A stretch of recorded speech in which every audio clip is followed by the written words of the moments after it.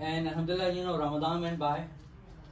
So they are scanning every time that Of course, everyone's struggling, and sometimes we are, in a hadith, Rasulullah, our iman fluctuates like the phase of a moon. Sometimes it's high, sometimes it's low.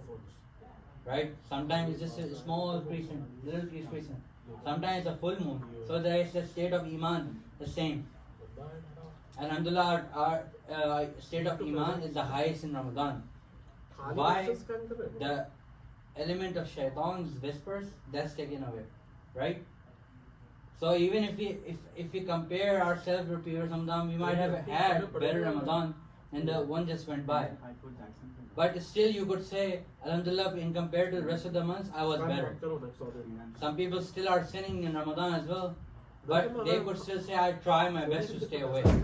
And of course, for us humans, Rasulullah in a hadith says that that the son of Adam is going to make mistakes. And that mistakes going to continue to happen. That mistake is not just one time. Sometimes unknowingly we might commit a sin. So if we had a bad Ramadan, it's okay. Alhamdulillah, Allah gave us life, and we are here today. Now, but as Ramadan goes by and Shaitan is out, it's the whisper of Shaitan comes stronger, so he's gonna stray away from the straight path. He's gonna take us back to the same temptation we had, and actions following the temptation as well after Ramadan. So this is what the Shaitan does, and he comes in harder. Sometimes we even I gave this example in Surah Fatiha as well. The higher I go, the impact of my fall is going to be even worse. So that's what Shaitan wants us to do, because he fell from the heaven down to the very, very bottom. And the point of telling me all this is Shaitan actually attacks us. His whispers are the same that comes in our ears as it's based on how he felt. So this is a phenomena mentioned in Surah Aa'raf. In a story of creation, of course, in Surah Baqarah and before Ramadan as well, I connected the parts of Surah Baqarah and how Adam was given a guidance before he was sent down this earth. That's one aspect, and that's the beauty of the Quran. That even though it has the story is kind of like dispersed in different parts, but it's connected in a way that if you go over like on a 360 view, or sometimes in this life as well, if you want to do a reflection on something, or look on if you go on a helicopter on a city, or sometimes you're flying in the plane, then you see that actually what the city map looks like, right? Same way for us, when we go up and we look down, and how the structure of the Quran is, you're gonna realize that it's amazing, cyclic patterns and it's going on forward, and I posted this on my page as well in Tafakkur, how the cycle of this universe, everything is in a loop, and sometimes you might even complain that my life is stuck in a cycle. I can't move forward. It's like a loop. I do the same thing. I do the same day every day, same thing every day. Every day the same customer. Every day angry customers, new customer, happy customers. And that's life. And you feel depressed. But actually, our cycle is also moving just like the cycle of the universe. The days are rotating. The months are rotating. The weather is rotating. Same thing. But your feeling and experience is different every time. That's one of the things I realized about the Quran. Then, the story of Adam Islam also mentioned in Surah Baqarah. But the context there was that human beings were sent down this earth, and Adam Islam was told when he was being sent down this earth that, okay, no worries, you made a mistake, but if you feel lost, I'm going to give you guidance, and you have to follow the guidance. That's what Adam Islam was told. But now here in Surah Aa'raf, it's a different context. The story of creation comes again, but in a completely different way. Here in Surah Aa'raf, one of my favorite surah of the Quran, has elements of how we were created, how we were in the company of Allah, how Adam alayhi salam was in the company of Allah, how he was sent down, what was his mission. It's a beautiful surah. I 100% recommend all of you to read through it. But here Adam alayhi salam, the surah, the part that I recited starts with the story of the creation, our creation. The ayat number 11 of Surah Aa'raf. And we certainly created you, mankind, and gave you the human form, the bodily form we have. Then we said to the angels, prostrate to Adam. So they prostrated except for Iblis. He was not of those who prostrated. We might have heard this story a million times through going through a childhood. We all know how Shaytaan did not do sajda to us. Now, first of all, in my understanding, sajda doesn't mean that the sajda was done to us. It was in awe of Allah subhanahu wa ta'ala, how beautiful a creation that we were created, that the Shaytaan did this, that angels prostrated by the command of Allah. They were being told to prostrate to Allah out of awe of Him, not to us. That's my own understanding out of the sajda thing. Was the only two times the sajda was done to anyone other than Allah subhanahu wa ta'ala, as mentioned in the Quran, was the first time Adam alayhi salam and Yusuf alayhi salam and his brother. When his brothers and all of them were did sajda towards Yusuf alayhi salam. But it's not sajda to them, but it's sajda in awe of Allah subhanahu wa ta'ala. And Yusuf alayhi salam case, it was about how he saw a dream and he saw the sun and the stars prostrate towards him. Just from what I remember top of the head. So do not mind if I make a mistake here. But the sajda was done in awe of Allah subhanahu wa ta'ala. How his dream was completed. But I mean, there's a difference in opinion, scholars among them. But that's my own understanding from it. Now, comes to the part, I'll give you a side story and then connect it. Like, like a super story. For example, there's a guy who starts working, especially in India, Pakistan, we have these, chaprasis, who work in the offices. I mean, clerks. Peons. Small peons, yeah, that's the right word. So, there's a guy, I'll give you a story, who actually started a very entry level, and his job is to serve coffee or chai to his bosses, and photocopies the papers for them. And he worked so hard in his life that he actually went to a level above, all the way from root level to becoming the vice president of that big company. And then someday the president of the comes in, and there's a teenager, so 15, 16 years old teenager. He has chewing gum in his mouth, and the president of the company says, there you go, this guy is the VP of the company. So the VP, who was already that guy who started from grassroots level, he's sitting on his VP chair. That the teenager, he's being asked that, okay, get out of the chair. He's gonna replace you, and also get him coffee. So how does if you and I were in that place and we were in a room watching this happen, how would you and I feel? You would feel bad, right? For that guy who started all the way from grassroots level, he climbed on the way to the level. You have years of experience of other people who he went above them in rank, and now he's a VP, like literally next to the president. That's the next role, the owner of the company. Now, here's another guy. That's first example. Here's another guy. He actually is working at a company. He is about to be among the managerial level. It's been discussed that his guy is gonna move from Memphis to El Paso, Texas. Now, I've been to El Paso, Texas. Astaghfirullah, I don't want to be there.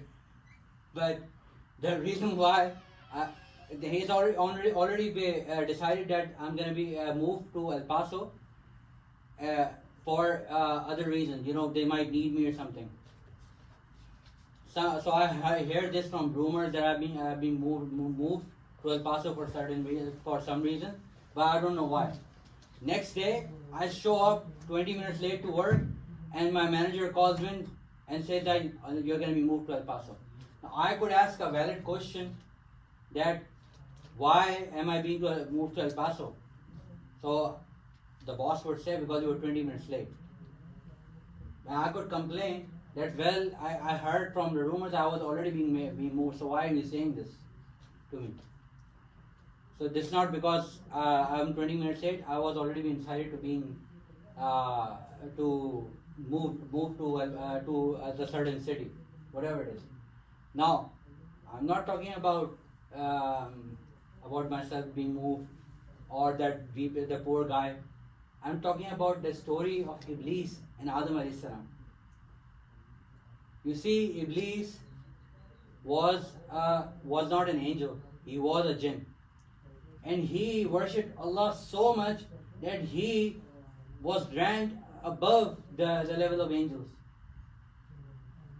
And then Adam alayhi salam came and he's being asked to do sajda towards him. You and I would feel, there are literally a cult of devil worshippers and they sympathize with devil, with Shaytaan. Why? Because they sympathize with Shaytaan in a similar fashion. Now the second, and the other guy was Adam alayhi salam. He made a mistake. He fell out of heaven, and then he was sent to earth. He could complain, because most of you guys don't know this, but Adam alayhi salam, and it's a common mistake in our own understanding as well, because of the cultural context, especially in the US, who have Christian majority. And the way the story is being recited, it feels like Adam alayhi salam was thrown down on this earth because he made a mistake, because he sinned. So Adam alayhi salam was not, like I said, I mentioned the story of Adam alayhi salam in before the start of Ramadan, and how he was going to be sent to earth as a Khalifa, and how he will be given guidance. So that was the design for us. This was when Adam alayhi salam, if you go down to the ayat again, Surah Aa'raf, Adam alayhi salam is being placed in heaven, and in a control room, like a lab setting, it's an experiment. So Adam alayhi salam is being put in Jannah with Hawa alayhi salam, so that they will be shown how Shaytaan is going to test you. And our initial journey, our initial design was to be sent down on this earth, not because Adam alayhi salam made a mistake, but we were supposed to come down on this earth. Which is why Adam alayhi salam, if you go down the story, Adam alayhi salam was being given knowledge, and he was taught names, and then he recited the knowledge in front of the angel, and they were bowed by Allah subhanahu wa ta'ala. They were all in awe. How is it possible? And in Surah Baqarah, you will find that and in my understanding for now, alhamdulillah, I've been studying all deeper down in this. But the way he captured the knowledge and transferred to the angels, that was not possible for other creation, and for us it was possible. But Adam alayhi salam was going to be being sent down on this earth. Now he, on the other hand, this guy that I mentioned, the employee was being moved. He could have complained logically that I was going to be moved down anyway, so why are you telling me this to Allah subhanahu wa ta'ala? Now, as you go down the story, he says, when Shaytaan has been asked that why did you not prostrate to Adam? He said, I'm better than him. You created me from fire, and you created him from clay. So, of course, the first lesson he learned of arrogance. Arrogance, being better than someone, it's a most heinous crime we could do in Allah's sight. That if I become, especially in the dunya, We see so many people, they go level high in this dunya and they look down on other people then. And there are certain people who actually raise them to their level instead. That's what Allah subhanahu wa ta'ala wants from us. Because we are being told that we are the Khalifa of this earth. Adam Islam, when the knowledge he captured is sharing it with the angels. They're in awe of that, right? So our job is to, first of all, when we grow up in levels, in understanding of deen and dunya, is not to just look down on other people. It's basically our design. That's the design Adam alayhi salam was given, is to actually raise others like level below me to the same level, and in fact even higher than me. That's our first lesson in this story. Now the second lesson of comparison. I'm going to stop this khutbah here. The comparison, and I think I did this the same ayah, another khutbah a few months ago, about comparing ourselves with others. You see, Shaytan's level actually was not going down by doing this. Shaytan was given a different responsibility, but he thought he's going to be going down in rank. That's the first mistake he did. And then he complained to Allah subhanahu wa ta'ala that I am better than him. How are you going to replace him as in my place when I am better than him?